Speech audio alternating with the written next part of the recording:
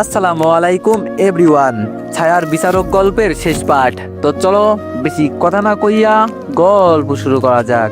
Phone টিপতেছি, এমন সময় দেখি রাফি কল করছে। তাই আমি ফোনটা রিসিভ করতে রাফি বলে উঠলো, মামা কি অবস্থা, শরীর এখন কেমন আছে?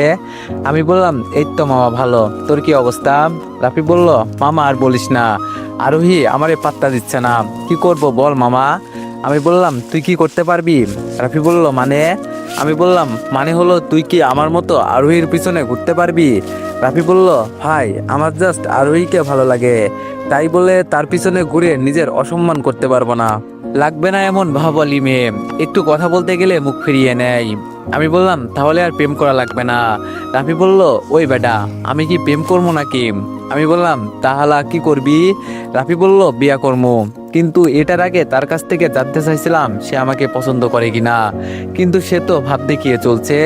আমি বললাম, ভাই একটা কাজ কর, এইসব তালবাহানা না করে আরোহীর বাবার কাছে বিয়ের প্রস্তাব নিয়ে যা, এটা করলেই তো হয়। রাফি বলল, এটাই করতে হবে, কিন্তু বাবাকে কিভাবে বলবো? আমি বললাম, আচ্ছা আমি সময় করে বলে দিবনি আঙ্কেলকে। রাফি বলল, ওকে দোস্ত, তোকে এই কথার জন্য ফোন দিয়েছিলাম। আমি বললাম, শালা এটা সরাসরি বললেই তো হয়, রাখ শালা, এটা বলে ফোন কেটে দিলাম। এইদিকে আমার কথা শেষ হতেই দেখি তানিয়া ওয়াশরুম থেকে গোসল করে বের হয়েছে। তখন আমি বললাম, এই যে আম্মুকে বলবেন আমার জন্য খাবার আনতে, অনেক ক্ষুধা লাগছে। এইবার তানিয়া আমার দিকে তাকিয়ে একটা মুচকি হাসি দিয়ে মাথা নাড়িয়ে চলে গেল নিচে। একটু পর আমি দেখি তানিয়া খাবার আনছে। আমি বললাম, আপনি কেন খাবার আনছেন? তানিয়া বলল, তো আমি আনবো না তো কে আনবে? আমি বললাম, কেন, আমি তো আম্মুকে আনতে বলছি। আম্মু, ও আম্মু। তানিয়া বলল, এত চিৎকার করে লাভ নাই, আম্মু আসবে না, আম্মু একটু পাশের বাসায় আন্টিদের কাছে গিয়েছে। আমি বললাম, তার ছেলের ক্ষুধা লাগছে, ছেলেকে না খাইয়ে পাশের বাসায় গিয়েছে আড্ডা দিতে, এখন আমি খাবো কেমনে? আমার যে পেটে ইঁদুর দৌড়াচ্ছে। তানিয়া বলল, কেন, আমি আছি কি করতে? আমি থাকতে আমার বোন না খেয়ে থাকবে, এটা কখনো হতে পারে না। আমি বললাম, আমি আপনার হাতে খাবো না, তাছাড়া আপনি আমাকে খাওয়ালে আপনার পাপ হবে, কারণ আমি একটা খুনি, সো আপনার উচিত খুনি থেকে দূরে থাকা। তানিয়া বলল, এই যে ভাবওয়ালা, বেশি ভাব নিবেন না বুঝলেন, আমি আগেও বলছি আমার ভুল হয়েছে, এখনো বলছি আমার ভুল হয়েছে, তাই এইবারের মতো ক্ষমা করে দাও। আমি বললাম, আপনি কোনো ভুল করেননি, আপনি ঠিক ধরেছেন আমি একটা খুনি। তানিয়া বলল, ওই একটু বেশি বেশি হয়ে যাচ্ছে, এখন খাবার খাবে নাকি চলে যাব? আমি বললাম, খাবার রেখে যান, আর আম্মু আসলে আমার এখানে পাঠিয়ে দিবেন। তানিয়া বলল, ওকে আমি খাবার রেখে যাচ্ছি, বাট আম্মু আসবে না। আমি বললাম, কেন আসবে না? বলবেন আমি না খেয়ে আসি, আমাকে খাইয়ে দিতে বলবেন। তানিয়া বলল, আমি একটু আগেই বলছি। তখন আম্মু আমাকে ধমক দিয়ে বলে, বউ থাকতে আমি কেন খাইয়ে দিব, আর ওর যদি এত ভাব তাহলে না খেয়ে থাকতে পারে, এতে আমার সমস্যা নাই, এটা বলে আম্মু চলে গেল। আমি বললাম, আম্মু এটা বলতে পারলো? তানিয়া বলল, বলতে পারলো না, বলছে। আমি এখন ভাবতে লাগলাম, শালার অনেক ক্ষুধা লাগছে, এখন কি করি, না খেলে তো মাথা ঠিক থাকবে না। তানিয়া বলল, এত কি ভাবছো, এখনো সময় আছে, আমি খাইয়ে দিব নাকি রেখে চলে যাব? দেখো যদি রেখে চলে যাই তাহলে আর বললেও খাওয়াবো না, রাগ শুধু তোমার একার নাই, আমারও আছে। এই কেমন বউ আনলাম, যেখানে নিজে রাগ করার কথা সেখানে সে উল্টো আমার উপর রাগ দেখাচ্ছে। না বাবা, যেই রাগী, এখন না খেলে মনে হয় আর পেটে ভাত পড়বে না। আমি মুখটা মলিন করে বললাম, থাক থাক, আর কষ্ট করতে হবে না, দেন খাইয়ে দেন, অনেক ক্ষুধা লাগছে।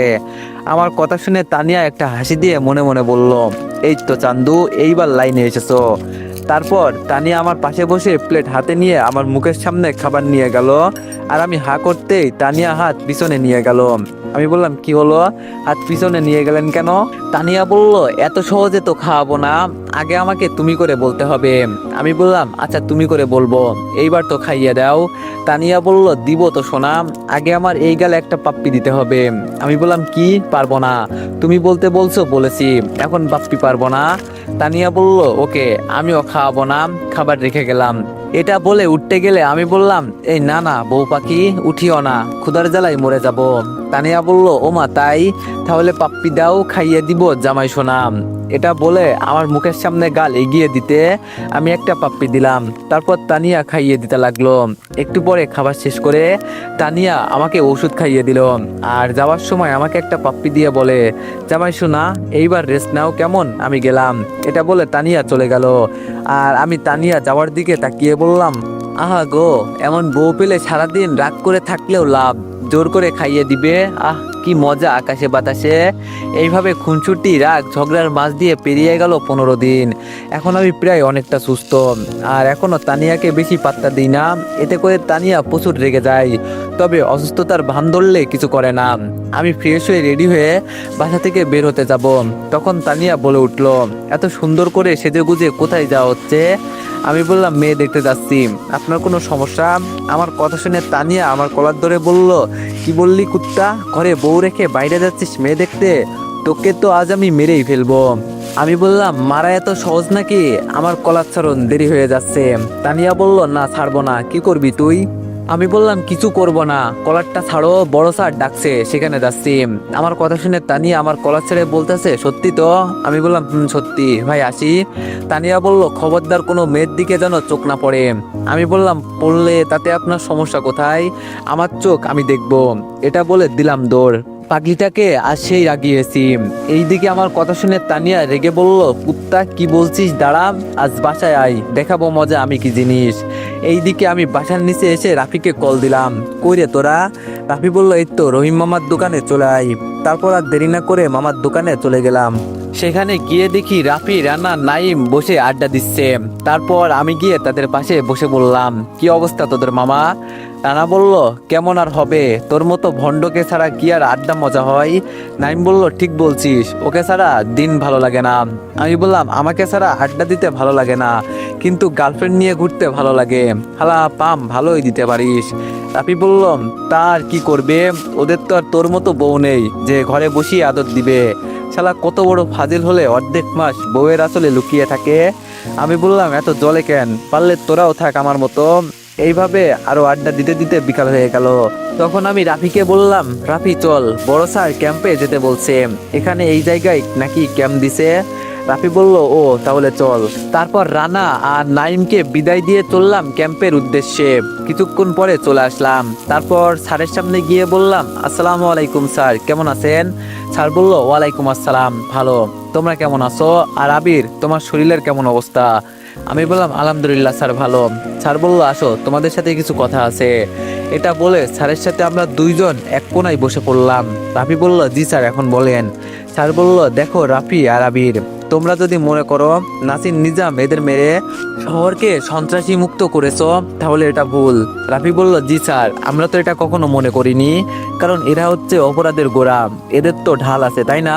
স্যার বলল, কিন্তু আমার মনে হচ্ছে এটার চেয়েও বেশি। আমি বললাম, মানে স্যার? স্যার বলল, মানে হলো, তোমরা যেদিন নাসির আর নিজাম চৌধুরীকে মারলা, তার পরের দিন থেকে বাংলাদেশ মাফিয়া সিস্টেম ভিলেন নাম একজন নিজের দখলে নিয়েছে। স্যারের মুখ থেকে এমন কথা শুনে আমি রাফির দিকে আর রাফি আমার দিকে তাকাচ্ছে। তখন আমি একটা হাসি দিয়ে বললাম, স্যার এখন তাহলে কি করার আছে? স্যার বলল, তাকেও এদের মতো অবস্থা করবা। আমি বললাম, তাহলে স্যার সবে নতুন চেয়ারে বসেছে, একটু চেয়ারে আরাম করে নিক, তারপর ওর যদি আরাম করা শেষ হয় তাহলে সোজা উপরে পাঠাবো নি। স্যার বলল, ওকে, তোমার যেইটা মন চাই। তারপর স্যারের সাথে কথা শেষ করে রাত 8টা পর্যন্ত থেকে স্যার থেকে বিদায় নিয়ে বাসার দিকে রওনা হলাম। তখন রাফি বলল, দোস্ত, এখন কি নিজের সাথে নিজে ফাইট করবি? আমি বললাম, নিজের সাথে নিজে ফাইট করব মানে? রাফি বলল, আরে স্যার যে বললো ভিলেনকে ওদের মতো করতে, এখন কি করবি? আমি বললাম, আরে ধুর, স্যার বলেছে আর করতে হবে নাকি? আগে ওর অপরাধ থাকতে হবে, আর যেটা সে মানে আমি করব না। আমি এখন মাফিয়া জগৎকে আমার মতো সাজাবো, সেখানে হবে না কোনো অন্যায় অত্যাচার, হবে শুধু অন্যায়ের বিরুদ্ধে প্রতিবাদ, অসহায় মানুষের পাশে দাঁড়ানো। রাফি বলল, ভাই তুই একটা জিনিস। তারপর রাফির সাথে কথা বলতে বলতে কখন যে বাসার সামনে চলে এসেছি নিজেও জানি না। তারপর গাড়ি থেকে নেমে রাফিকে বিদায় দিয়ে বাসায় ঢুকে রুমের দিকে যাব, তখন বাবা বলে উঠলো, ওই দাঁড়া। আমি দাঁড়িয়ে গেলাম। বাবা বলল, এত রাত পর্যন্ত কোথায় ছিলি? আমি বললাম, এত রাত কোথায় বাবা, সবে তো 9টা বাজে। বাবা বলল, তুই এখনো সুস্থ হস নাই, তার মধ্যে বাসা থেকে সেই দুপুরবেলা বের হলি আর এখন আসলি, একটু আক্কেল থাকা দরকার, বাসায় বউ আছে, ওটা কি মাথায় নেই? আমি বললাম, স্যার ডেকেছিল, স্যারের কাছে গিয়েছিলাম, তাই একটু দেরি হলো। বাবা বলল, আচ্ছা রুমে যা, ফ্রেশ হয়ে আয় খাবার খেতে। বাবার কথা মতো আর কিছু না বলে আমি রুমে এসে ফ্রেশ হয়ে খাবার খেতে টেবিলে বসলাম। তারপর সবাই মিলে খাওয়া শুরু করলাম। আর তখন আরশোকে তানিয়ার দিকে তাকাতেই দেখি সে আমার দিকে চোখ গরম করে তাকিয়ে খাবার খাচ্ছে। তাই আমি আর তার দিকে না তাকিয়ে তাড়াতাড়ি খাবার খেয়ে রুমে এসে বিছানায় বসে ফোন টিপতে লাগলাম। একটু পর রুমে কারো উপস্থিতি টের পেয়ে সামনের দিকে তাকাতে আমি অবাক হয়ে গেলাম। তার কারণ আমি দেখছি তানিয়া হাতে একটা লাঠি নিয়ে রুমে এসে দরজা বন্ধ করে দিতেছে। আমি বললাম, এই এই আপনি দরজা কেন বন্ধ করছেন? তানিয়া বলল, একটা বড় বিড়াল মারবো তো তাই, শালা অনেক দিন ধরে জ্বালাচ্ছে, কিছু বলতে পারছি না, তাই আজ ভেবে ফেলেছি আজ মেরেই ফেলবো। তানিয়ার এমন কথা শুনে আমি একটা ঢোক গিলে বললাম, বিড়াল মানে? এখানে কই বিড়াল দেখতে পাচ্ছি না তো। আমার কথা শুনে তানিয়া আমার দিকে একটা শয়তানি হাসি দিয়ে আস্তে আস্তে বলল, তুমি কই দেখবা, বিড়ালটাকে তো আমি দেখতেছি, সে এখন আমার সামনে আছে। আমি এই কথা শুনে বিছানা থেকে যখন উঠতে যাব তখন তানিয়া আমার পেটের উপরে এক লাফ দিয়ে উঠে গেল। আমি বললাম, ও মা গো বাঁচাও, আমার উপর আটার বস্তা পড়লো যে। তানিয়া বলল, কি বললি কুত্তা, আমি আটার বস্তা? আমি বললাম, না না আলুর বস্তা। তানিয়া বলল, কুত্তা, তোর এত বড় সাহস আমাকে বলছিস আলুর বস্তা? তোকে আজ অনেক দিন পর বাগে পেয়েছি, ছাড়বো না, অনেক দিন ধরে এই দিনটার জন্য অপেক্ষায় ছিলাম। আমি বললাম, মানে? তানিয়া বলল, দাঁড়াও বাবু দেখাচ্ছি। এটা বলে আমাকে আর কিছু বলার সুযোগ না দিয়ে তানিয়া আমার ঠোঁটের উপর হামলা চালিয়ে দিল। শালির কি শক্তি, ঠোঁটে কিসনা দিয়ে দিচ্ছে কামড়, আর এতে আমার মনে হচ্ছে আমার ঠোঁট এই বুঝি কেটে গেল। রাক্ষসী একটা, জীবনে মনে হয় ঠোঁট দেখেনি। 5 মিনিট পর তানিয়া আমাকে ছেড়ে বলল, কি শোনা, এখন কেমন লাগছে? আমি বললাম, এই রাক্ষসী, জীবনে ঠোঁট দেখেননি, এইভাবে কেউ কিস করে? দেখেন আমার ঠোঁটটার কি অবস্থা হয়েছে, পুরো ফুলে গিয়েছে। তানিয়া বলল, কই দেখি দেখি। ইস রে, এ তো অনেক কম হয়েছে, আর একটু দি। তানিয়ার এমন কথা শুনে তাড়াতাড়ি হাত দিয়ে মুখ ঢেকে দিলাম। কি ডাইনি রে, এমনটা কেন করছিস? এতদিন অনেক জ্বালিয়েছিস, আর সব সুদে আসলে নিয়ে নিব। আমি বললাম, ওঠেন আমার উপর থেকে, আমি এই রুমে থাকবো না, আপনি একটা লুচ্চি, না জানি কখন আমার ইজ্জত নিয়ে নেন। তানিয়া আমার কলার ধরে বলল, এই রুম থেকে যাওয়ার চেষ্টা করলে এই লাঠি দিয়ে মেরে আবার ঘরে বসিয়ে রাখবো, আর আমার বরের ইজ্জত আমি নিব না তো কে নিবে? আমি বললাম, আমারই তো সব, কারণ ইজ্জতটা যে আমার। তানিয়া বলল, আর বরটা যে আমার। আমি বললাম, এই আমি কার পাল্লায় পড়লাম, জীবনেও কথা বুঝবে না। তানিয়া বলল, তুমি তোমার রোমান্টিক বউয়ের পাল্লায় পড়েছো সোনা। তানিয়ার কথা শুনে বললাম, প্লিজ আমাকে ছেড়ে দেন, আমার ভালো লাগছে না। তানিয়া বলল, এত সহজে তো ছাড়বো না, একটা একটা করে প্রতিশোধ নিব, তারপর ছাড়বো। এখন জানু, সুন্দর করে আমাকে আই লাভ ইউ বলো, বলবা বউ পাখি আমি তোমাকে এত এত ভালোবাসি। আমি বললাম, না আমি কখনো বলবো না, আপনার মতো ডাইনিকে তো কখনোই না। তানিয়া বলল, কি বললি, তুই আমার কথা শুনবি না? আমি বললাম, না। তানিয়া বলল, শেষবারের মতো বলছি, আমি যেমনটা বলছি তেমনটা বল। আমি বললাম, না বলবো না বলবো না বলবো না। আর কিছু বলতে পারলাম না। রাক্ষসীটা আমার ঠোঁটের উপর আবার হামলা দিল। নিজেকে ছাড়ানোর জন্য যত চেষ্টা করছি, কুত্তিটা ততবার কামড়াচ্ছে। আজ আমার ঠোঁটের অবস্থা 12টা বেজে গেল, না জানি খাবার কেমনে খাবো। আল্লাহ এই রাক্ষসী থেকে বাঁচাও মরে। কিছুক্ষণ পরে ছেড়ে দিয়ে বলল, জান সোনা, এখন বলবা নাকি আবার দিব? আমি বললাম, না না বলছি বলছি। কাজল কালো ডাইনির মতো চোখ তোমার, ঠোঁটে আছে পেতনির মতো মিষ্টি হাসি। বিশ্বাস করো রাক্ষসী বউ, আমি তোমাকে অনেক অনেক ভালোবাসি। আমার প্রপোজ শুনে তানিয়া রেগে আমাকে বলল, ওই কুত্তা, এটা কি করছিস? আমি বললাম, কেন গো, আমার বউকে প্রপোজ করছি। তানিয়া বলল, ও আচ্ছা, প্রপোজ করছো তাই তো, এখন তাহলে প্রপোজের উত্তর দিতে হবে তাই না? আমি বললাম, দাও দাও উত্তর দাও। তানিয়া বলল, আগে তোমার অডিয়েন্সদের যেতে বলো, তারপর দিব মানে উত্তর। এই এই আপনাদের কি একটুও লজ্জা নেই? আরো শুনতে চাচ্ছেন? আরে আরে, বসে থেকে লাভ নাই, আর কিছু হবে না। এখন সুন্দর মতে একটু তাদের বিবাহিত জীবনের জন্য দোয়া করবেন, যাতে তাদের ভবিষ্যতে একটা ক্রিকেট টিম বানাতে পারে।